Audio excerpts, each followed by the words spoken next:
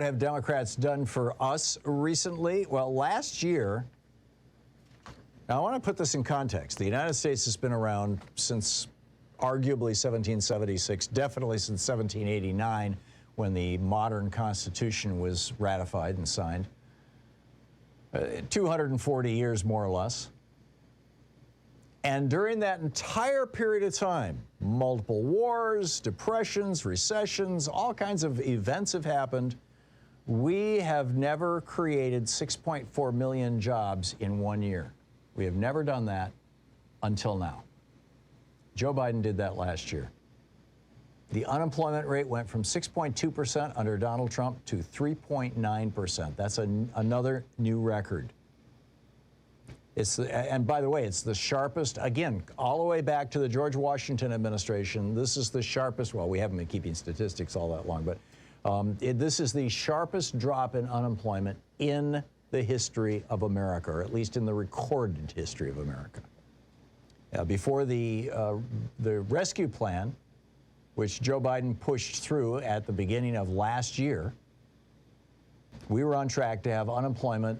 If everything went right and everything was great, and if Delta had never surged, and if all this stuff, we were on track to have a 4% unemployment rate right up until 2026. That's what the Fed was predicting.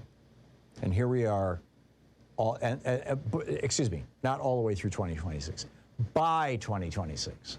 In other words, it was going to take us 4 more years to get to a 4% unemployment rate. We've already beat it. It's a big deal.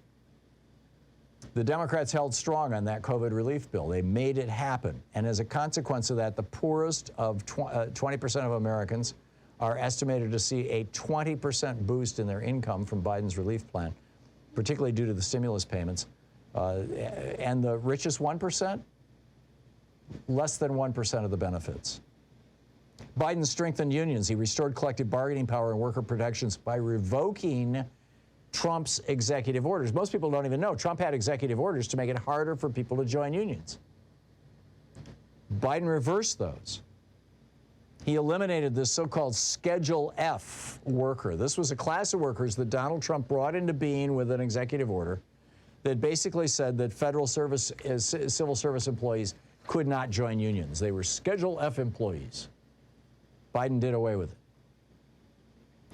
it. Trump, there's this extraordinarily powerful, it's called the Federal Reserve Impasses Panel. This is the panel that makes essentially the final decisions on how labor disputes get resolved. All 10 of its members were put there by Donald Trump, and they were all anti-union people.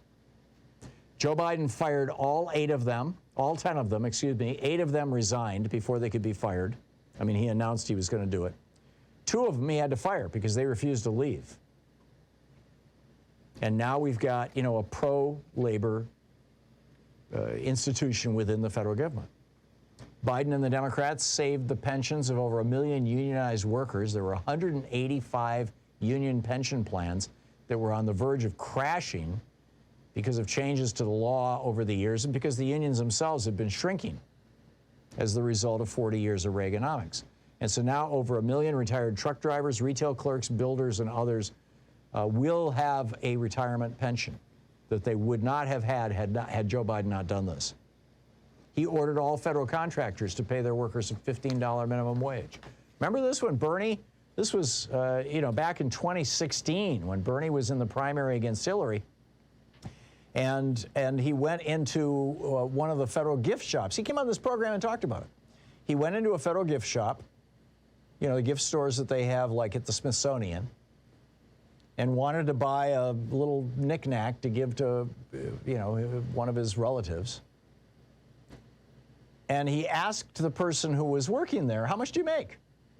And the person was like, oh, yeah, I make $8 an hour, or maybe it was $9. It was very little.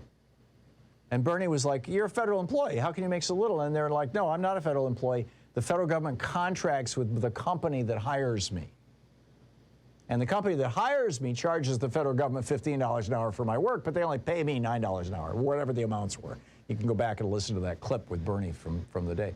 And so Bernie came on the floor of the Senate and he said, I just had this experience that he had just described on our show. He said, I just had this experience, and we've got to create a minimum wage of $15 for not only federal employees, but federal contractors. Well, Joe Biden did it. Right across the board. He ordered the Centers for Disease Control and Prevention, the Department of Veterans Affairs, the Department of Agriculture, the Department of Housing and Urban Development, the Federal Housing Finance Agency. In every case, he said, you guys have to stop you have to stop evictions and foreclosures, and anybody who is working for you and any of the other federal agencies, even if they're contractors, you have to pay them $15 an hour. He protected people from foreclosure and eviction.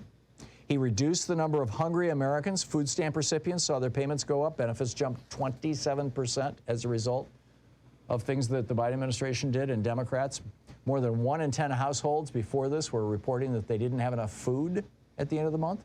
The campaign has increased food stamps by more than $1 billion a month, providing needy children $1 a day for snacks, expanding a produce allowance for pregnant women and children, authorized the largest children's summer feeding program in history. Hey, who really cares about the children? It's the Democrats. Biden's keeping people's homes warm in the winter. He expanded the low-income home energy assistance program. The real GDP has increased 7.8% over the last 12 months. That's the biggest boom that we've had in decades, in generations. The Federal Reserve is expecting real growth to be 5.9% this year. Good stuff is going on. It's just, nobody seems to know about it. So I thought I'd tell you.